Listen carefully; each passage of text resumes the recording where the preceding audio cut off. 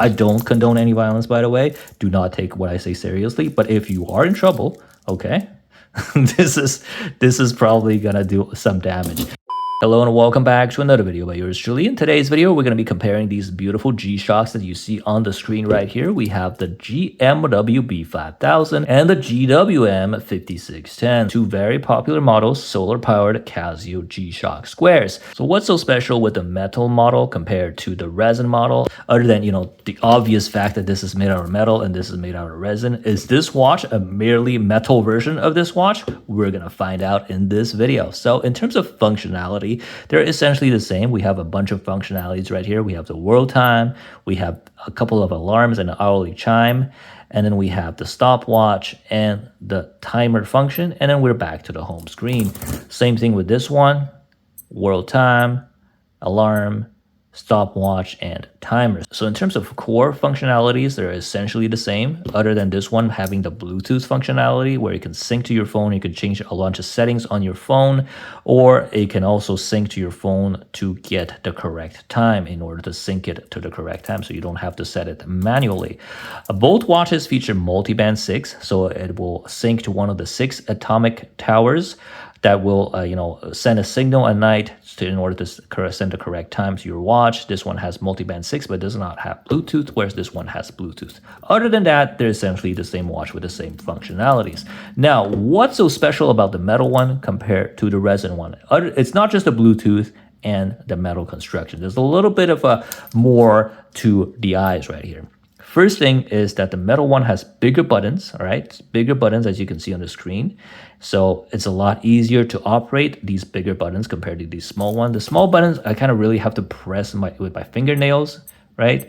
It's kind of hard to press it with my thumb, whereas for these bigger buttons, I can really use my thumbs. Well, actually, I do have to use my fingernails, but I can use my thumbs in order to, click it, right? It's a lot easier. I'm using my thumb right here. Whereas for this one, I really have to use my fingernails in order to click these buttons because I do have fat thumbs. Another one is that the metal model comes with a screw down case back, whereas for the resin model, we have a metal plate with 4 screws. So there's a lot more solid construction. This is a DLC coated screw down case back, whereas just a normal, I believe, aluminum or stainless steel plated back plate with 4 screws.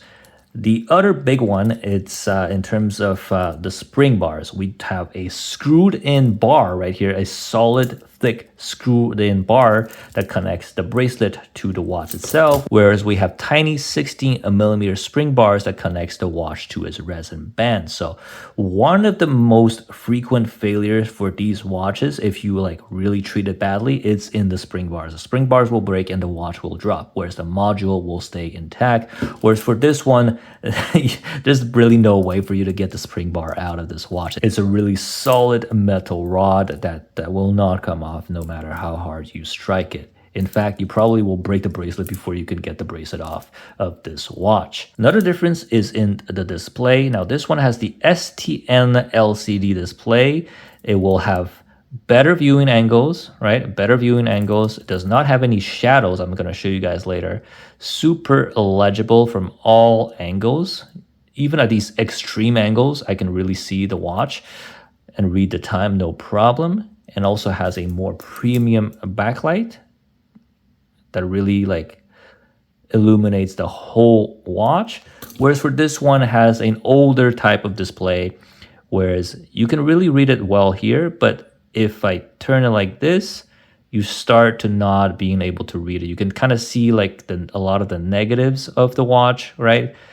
Let's say we're going to compare these, okay? You see this one, you can read it no problem, but if I put it like this, having a lot more trouble reading the one on the left. So, right, you see here, a lot more difficult to see what time it is with the watch that is on the left compared to the watch on the right. You can see a lot of more negative things on the left.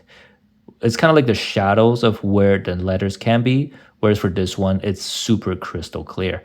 And the backlight is not as premium. It just has a couple of LEDs on the left side of the watch. I'll show you guys right here.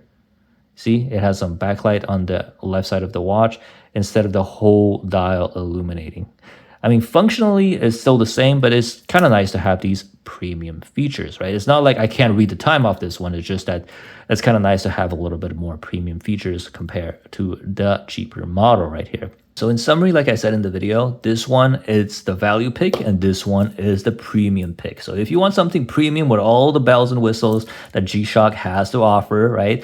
Premium display, bigger buttons, nice LED light, whereas the Bluetooth and whatever, you can use the Bluetooth and you cannot use the Bluetooth, by the way. You don't have to use the Bluetooth. I use the Bluetooth sometimes to sync it in order to get the correct time, and that's about it. I don't use a lot of the other Bluetooth features that you can use to find your phone or set a reminder or any of that. I don't use any of that, but to set it to, sync with the time, that is functionality that I use sometime, right? So a very nice construction, metal construction, bigger buttons, like I said, with a screw down case back, just a more premium feel. I haven't put it on my wrist yet to show you guys. So I have a 6.5 inch or 18 millimeter wrist. So very nice wrist presence right here, very sturdy feeling, very premium feeling, feels like very hefty. You can even use this as a weapon, a literal weapon, because the other day I actually accidentally hit somebody with it and it kind of really hurt them. So I was like, if you're in trouble, okay, I don't condone any violence, by the way,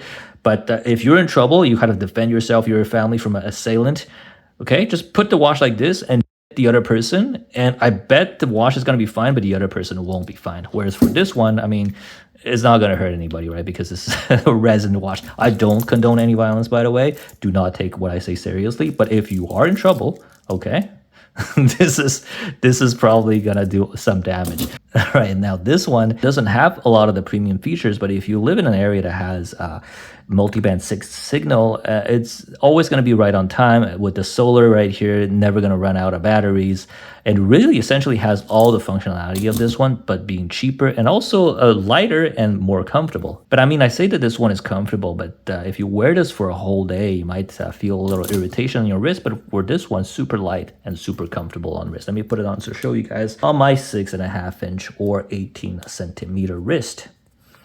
So yeah, I bring this watch to me when I travel a lot. I brought this to England, and then I brought it also to Portugal. When I go to like these countries that have a lot of pickpockets or whatever, I usually bring this watch because it has a world time functionality, and if I go to Europe, it will sync to the European atomic towers. So a very nice watch to have, super comfortable, very legible. Despite having less good viewing angles, it's still very legible when you look down, straight down into the watch. I mean, if you go for either one, you're going to be fine. You're going to get a very nice watch, but I just want to make a video to compare the two watches because a lot of people say that this watch is kind of like just this watch, but with metal finishing, but there's a lot more than just having a metal finish. I mean, like I showed you guys in this video, there's a lot more that goes into this watch than the metal frame, right? So just want to make a video that clarify that. So hopefully this video was able to guide you guys in choosing which of the two watches you want to purchase with your own hard-earned money. And if you enjoy this type of content, please do not hesitate to like, comment, and subscribe for more videos. Thank you very much for watching, and until next time. So what's so special with the metal model?